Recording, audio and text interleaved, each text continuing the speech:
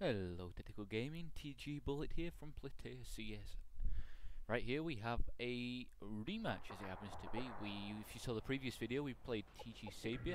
Well, this is them after going away and taking back what we discussed with them. They went back to the squad, they fought new tactics, new positions, and they came back and wanted to test them again. This is what we're here for, TG folks.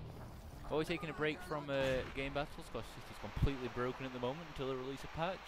Well then, we're here just to play you, give you feedback on your matches and watch you improve as a team. So basically, we run forward, same thing as last time. We want to make the first couple of kills, we want to get the lead. We want to dominate the match. It's how the player plays, it's how we want to play. So we run forwards, and you might notice something slightly different with my class right here. We have no silencer on today on this M16. Very good reason for it. Sapir last time proved they like to hold position, putting it politely, some call it camping, however. Yeah, they were holding positions, so SMJ on instead of that silencer, just made sure I could pump through anything. Okay, here was a very bad call out by TW Captain Chronic, the leader of Platea. I think this is the first time you've had the team play. So it's Captain Chronic, TG Crossy, me, and TG Urban Wizard playing again. So what we're going to do, we've got a few kills and we just going to push them back and try and absolutely take the lead. We want to hold this match.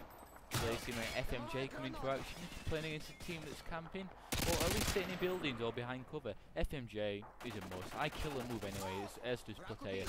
If you get that kill, you always move, you don't want people fragging you. So FMJ or having a silencer on to stay hidden, he's not really needed. So yep, thoroughly recommend FMJ, but anyway, enough about my class. There was a bad call out. Urban Wizard called out that the office was clear. I go running in and there's a guy stood below him. Not to matter, he got the guy right here. He's making sure we've got this spawn now. Because we've pushed him out of it, but quite a few times we've pushed back into the spawn and then being shot in the back or being shot by a guy we don't know. So you'll see me and all my teammates here just making sure this spawn's clear. No one's hiding in the back, no one's anywhere waiting for his back to turn.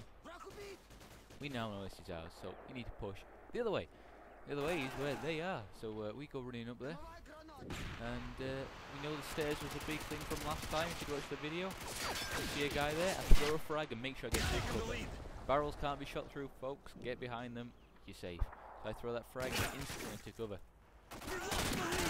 See that guy sat there, or the guy in front of me, but managed to pick up one before he got me. So here we go, we just lost the lead, but we're trying to make sure we get a nice, reasonable lead on these guys, constantly keeping on the back foot like we did in the last game. However, you've seen already that they've found much better positions, they're playing much better than last time. They're not simply walking in there and dominating. They have learned from his last experience. So here's me just doing what I did last time, getting a kill. It's a good little trick there, come upstairs, throw a frag, then take and pop back down around the barrel and bob into the stairs. Saves you getting killed. And there's me putting my FMJ into action. I know there's a guy in that building, I can't see him, I'm just making sure I keep firing through the walls till I hit him. You'll find me getting this game, get quite a few kills out of this FMJ. Yeah. I might be raving on about it, you might have heard FMJ all the time, but trust me, it held me game, and I was one of my teammates that put it on, and I am now banned from using it against Sapir. It turned out to be that effective. So here we go, again trying to make the spawn clear. But against Sapir, just holding the ground a lot better than last time. They get killed, they're not necessarily going back to the same spot, they're finding that little bit more cover just to sit in and keep picking people off from people being us. And it is very nice working. Here's me being very dirty with the wallbanging them in the spawn. I know they're in there somewhere, so I just keep on shooting. But because I've not got a silencer, then they knew where I was instantly. Everyone on their team knew, they could hear me, they could see me as a red dot. And they just kept shooting and they got me. However, not to worry. Yeah, again, trying to make sure this spawn's clear. We have got the lead here, but we're still keeping on pushing. We're just making sure we extend that lead, making sure that they can't get comfortable. However, we hear a guy down in the back alley there, so we're moving on around. As a team, we're trying to... it's basically a full frontal attack that Platea does. We send one player up the middle, one up the right, one up the left, and try to keep to the outskirts and the very middle of the map. Then we maybe send another guy up the left side and the side of the map. Here's me taking the left, we'll have Chronic in the middle, and then we've got Crossy and Urban over on the right hand side of the tunnel, the very high traffic area. Horrible shooting, and let that guy get away there, but you'll see us, we've got one guy, Crossy's in the middle, I'm now in the left, and Chronic's overlapped me, and Urban is on the right. However, I see Chronic die, but so I'm just watching there, not moving anywhere particular, and I get outshot by Fatality here. He played excellent. The man of the match for Sapir this time was the squad leader, as he happened to be. He played excellent and definitely gave us a run for his money in this match. So anyway, this bin in this match here, this is where I'm stood, this aircon with the sandbag. The tunnel was the high traffic area last time, but that is where lots and lots of our players die.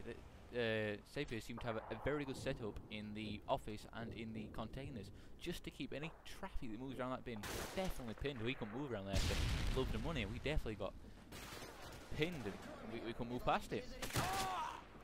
Alright, so this is us very shortly. We're going to adapt to what they're playing. We keep rushing and they keep picking up the kills, but suddenly we think, hey, why are we rushing constantly? We have the lead. Why do we keep forcing ourselves to run onto guns sat in placements? So this is where you see Plataea do something we don't often do. We change, do often do. We change strategy halfway through the map. We're up on kills. They're still camping. We're thinking, hey, what's the point in us running in there? We are now going to sit back and just cover this. Now, this part's going to get a little boring for you guys because you're not going to see much action. But it's what we're doing right here that's important. It's Plataea rush. Everyone knows that. Well, if everyone doesn't, then they now do. But we like to keep the enemy on the back foot. However, here we're upon kills. So why should we keep running in there and forcing ourselves onto guns? Why not let them come to us? We now have the high ground. You'll see me covering the left-hand side from this window. No one can come from the left-hand side to the back alley or to the green room. But we've got Chronic, who is sat in the video game store downstairs, just covering the middle. We've got Urban and Crossy on the right-hand side again. So you hear me, see me here, Chronic dies in the middle. So I move to this little hole in the floor, get a little good view of forklift, but can't see no one. So yet again I move back to the left-hand side. Fatality there, throw a frag from where I killed him last time. He just stretched down below the window, and if I'd not killed the move, then I'd have been dead right there, folks. I always recommend it, and it proves to be a winner in that scenario. Right, so I see a red dot firing because he's not got a silencer. That is the only downside of not using a silencer. You can pinpoint any position by pressing start on the map. So I knew exactly where I was going to come and be. So right now you just see me sat on this balcony. My teammates are sat middle and right, and we're just not letting them come across the map. We're not letting them get into our spawn and get any kills. If they do get a kill, well then we move back into position and make sure they don't get in anymore. We simply pin them down as they move into our spawn. It's very easy to do. We've got a nice straight line set across the middle of the map. This is how many of you TG squads would play. You would play defensively like we are doing now. This trip is just trying to get that first kill and then pull back on that, or first couple of kills and just extend the lead.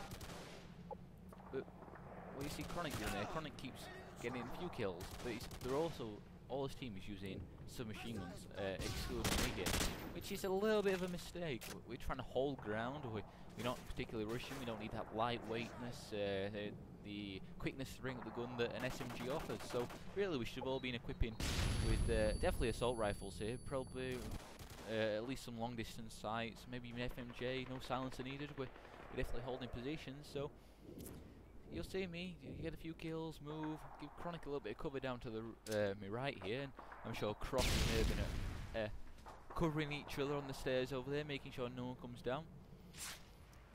But here I get knifed in the back. God knows where that guy come from, but it turned out in the end that Chronic had called him. I just not heard the call out. He's coming through the middle. So you see Fatality making a very good push on his spawn here. He's killed me from behind, and he's moving to the windows because he knows we're sat down here. He shot me in the windows.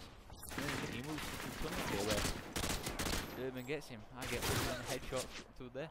But Urban Wizard just saved my life there. He knew the guy would be coming down the corridor because that's where he'd been sat before, and killed him a few times. So he generally knew the guy was going to come back to him, so he just sat there and saved my life.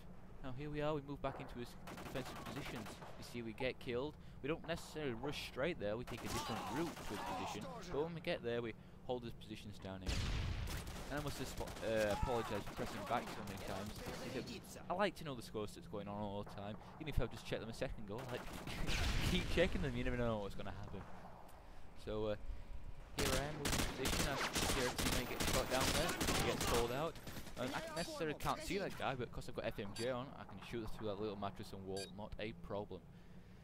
So There are a few kills up there, in fact a lot of kills up, and the time's running out. So for them to play half to onto us and get the final kill, they pulled it to 50 kills to 40, a lot closer game. Just to show you what TG squads can learn playing against us from what they played last time to what they played this time. A fantastic effort, Sabia, and Plataea looks forward to seeing other squads wanting to play against us. Right, thank you very much, folks, and goodbye.